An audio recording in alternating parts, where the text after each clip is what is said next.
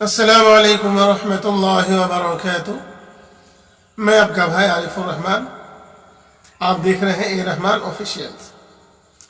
तो नाज़रीन किराम, इस वक्त मैं आपके सामने हाजिर हुआ हूँ काफ़ी लंबे वक्त के बाद, लगभग 1 महीना से ज़्यादा हो गया है।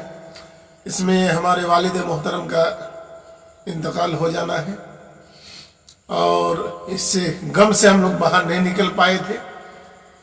आज आपके सामने हाजिर हुए हैं। तो चलते पश्चिम बंगाल में जो 3 टीएमसी की जीत हुई है प्रचंड, जिससे भारतीय जनता पार्टी बुरी तरह से बौखलाई हुई है और जो 200 सीटों के दावे कर रहे थे, जिनको बहुत बड़ा झटका लगा है। साथ ही में ममता बनर्जी ने सबका साथ सबका विकास जो कर दिया है, ऐसे में आप देख सकते हैं कि पश्चिम बंगाल में ममता बनर्जी ने 7 मुस्लिम मंत्रियों को शामिल किया है, बनाया है, मुस्लिमों को मंत्री बनाया और बहुत बड़ा पद दिया। तो इससे भारतीय जनता पार्टी को हजम नहीं हो रहा है। ऐसी स्थिति में अब देख सकते हैं कि बंगाल में अभी सभी लोग खुश हैं और खुशी खुशी अपना ये कर रहे हैं, जी रहे हैं, गुजर बसर कर रहे हैं। भारतीय जनता पार्टी को इस बात का एहसास हो गया है कि बंगाल में छलावे और धोखेबाजी और छल से और हिंदू मुस्लिम करके वोट मिलने वाला है नहीं, क्योंकि इनके वोट सांप्रदायिक हैं और बंगाल में सांप्रदायिक लोग बहुत कम हैं। और जो सांप्रदायिक हैं वो इस वक्त जहां पर भी जाएंगे उनकी कुटाई होने में वक्त नहीं लगेगा, क्योंकि हिंदू मुस्लिम जो देश के असल नागरिक हैं, हिंदू मुस्लिम एक हो चुके हैं और जो अंधभक्त और सांप्रदायिक है उनको कहीं पर भी कदम रखने की गुंजाइश रखना मुश्किल है, इससे वो सांप्रदायिकता फैला सके। ऐसी स्थिति में आप देख सकते हैं कि फलस्तीन में इजराइल हमला कर रहा है, मस्जिद अक्सा पर हमला कर रहा है, कब्जा करने की कोशिश कर रहा है। ये आज नहीं, लगभग 70 सालों से ऐसा चल रहा है, जबकि इजराइल कोई देश है ही नहीं। जब 1947 और 50-60 के बाद, जंग के बाद, जब यहूदियों को कोई अपनी जगह पर बैठने का जगह नहीं दे रहा था, कोई रहने का जगह नहीं दे रहा था, ऐसी स्थिति में फिलिस्तीन ने इनकी मदद की कि हमारे यहाँ बैठ जाओ, रहो, कमाओ, खाओ, आबाद रहो। मगर इन लोगों की गद्दारी देखिए और तानाशाह बेंजामिन नेतन्याहू और इनके क्राइम, या यूं कह ले कि इजराइल एक टेररिस्ट कौम है जो फिलिस्तीन को कब्जा करने की पूरी कोशिश कर रहे हैं और वहां के कमजोर और मजलूमों पर जुल्म ढा रहा है। और ऐसी स्थिति में जो अंधभक्त उनको सपोर्ट कर रहे हैं इजराइल को, अबे कमबख्त, तो तुम्हें इतनी भी अकल नहीं है। जबकि गल्फ कंट्री या मुस्लिम देश जहां पर जाकर तुम रोजी रोटी कमाते हो और उसके बाद फिर तुम इजराइल को सपोर्ट करते हो, और वही मुस्लिम गल्फ कंट्री से तुम्हें पेट्रोल भेज रहा है, तुम्हारे लिए ऑक्सीजन भेज रहा है, तुम्हारी मदद कर रहा है, और तुम उन्हें कुछ का कुछ कह रहे हो। अपने अकल में जो, दिमाग में जो गोबर भरा हुआ है उसे खाली करो और अच्छे नजर से देखो, अच्छाई की नजर से देखो, क्योंकि मुस्लिम देश तुम्हारी मदद कर रहे हैं, हमारी मदद कर रहे हैं। और मुसलमान देशभक्ति में सबसे आगे हैं, देश के लिए जान दे सकते हैं और किसी की जान ले भी सकते हैं। ऐसी स्थिति में मुसलमानों पर शक शुबात करने की गुंजाइश नहीं है। तो है चलते हैं तो फलस्तीन पर इजराइल जो अपना कहर ढा रहा है, जुल्म ढा रहा है, इसके ऊपर पुरजोर मुखालिफत होनी चाहिए। और जगह जगह पर जो आंदोलन हो रहा है, और हमास ने वहां पर यह सोच चुका है कि इतने दिनों से हम जुल्म सह रहे हैं, जब मस्जिद हमारे हाथ से जाती दिख रही है, तो ऐसी स्थिति में उन लोगों ने इस बात को अपना लिया है, उन्होंने सोच लिया है सुप्रीमो के साथ, अल्लाह के साथ, कि अब हम मरे तो मार कर मरेंगे या फिर जिएंगे तो आजाद होकर जिएंगे।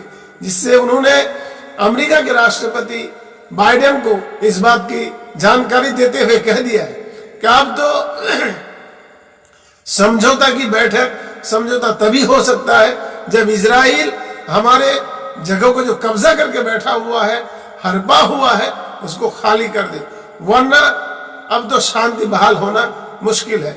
और शांति बहाल होने की एक ही शर्त है, को खाली कर दे। और एक छोटा देश फिलिस्तीन जो कमजोर, इसके हथियार भी कमजोर है और धड़ाधड़ हमले कर रहा है, जो इसके हिम्मत को दाद देनी चाहिए। और ऐसे में जहां पर इजराइल के उन तरक्कियात और नई जदीद शुदा टेक्नोलॉजी के साथ हथियार है, उसके बावजूद भी वो रो रहा है, तो उसके पीछे बहुत बड़ा कारण है। जॉर्डन फिलिस्तीन के सपोर्ट में वहां पर लोग सड़कों पर आ गए, जहां पर यहूदी और मुस्लिम और पादरी जो ये कह रहे हैं कि हमारे धर्म में ऐसा कहीं भी लिखा हुआ नहीं है, धर्म की किताब में, जो दूसरे की जगह को हड़प लिया जाए, दूसरे के धर्म स्थान को हड़प लिया जाए और उस पर हमला किया जाए, ऐसा कहीं पर भी नहीं है। वहीं पर बांग्लादेश में भी आंदोलन फिलिस्तीन के सपोर्ट में हो रहा है और इजराइल के खिलाफ वहां पर आंदोलन किया जा रहा है और लोगों की मांग है कि इजराइल को बैन किया जाए और इजराइल का बहिष्कार किया जाए। वहीं पर अमेरिका की राजधानी वाशिंगटन डीसी में बहुत ज्यादा तादाद में लोग शनिवार को सड़कों पर उतरे थे, सभी फिलिस्तीन के सपोर्ट में इजराइल के खिलाफ हमले का विरोध कर रहे थे और लोगों का कहना था कि इजराइल पर कार्रवाई की जाए और इजराइल पर बैन लगाया जाए। इंग्लैंड के जनता हजारों की तादाद में इजराइल के खिलाफ प्रदर्शन कर रहे थे, फिलिस्तीन को सपोर्ट कर फिलिस्तीन को आजाद कराने की मांग की है। फ्रांस और पेरिस और भी कई शहरों में फिलिस्तीन के सपोर्ट में आंदोलन हो रहा है, जिससे पूरे विश्व में इजराइल इस वक्त जो है एक्सपोज हो रहा है और इजराइल बौखलाया हुआ है कि 70 सालों में पहली बार हमास ने इतना ताबड़तोड़ हमला किया है, इससे तानाशाह बेंजामिन नेतन्याहू को हजम नहीं हो रहा है और इसराइली क्राइम करने वालों को इसराइल या टेररिस्ट कह दे तो शायद गलत नहीं होगा कि इन लोगों को हजम नहीं हो रहा है और इसको हजम हो नहीं रहा है और बौखलाया हुआ नजर आ रहा है। ऐसी स्थिति में इन लोगों ने फलस्तीन के उन मीडिया टावर्स पर भी हमला कर दिया जहां पर मीडिया के ऑफिस थे। तब मीडिया अब सच्चाई दिखाने के कगार पर आ रहे हैं। इनको समझ में आ गया है कि ये बदला के आड़ में किसी को बख्शने वाले नहीं है। मीडिया को चाहिए कि सच्चाई को सामने रखे।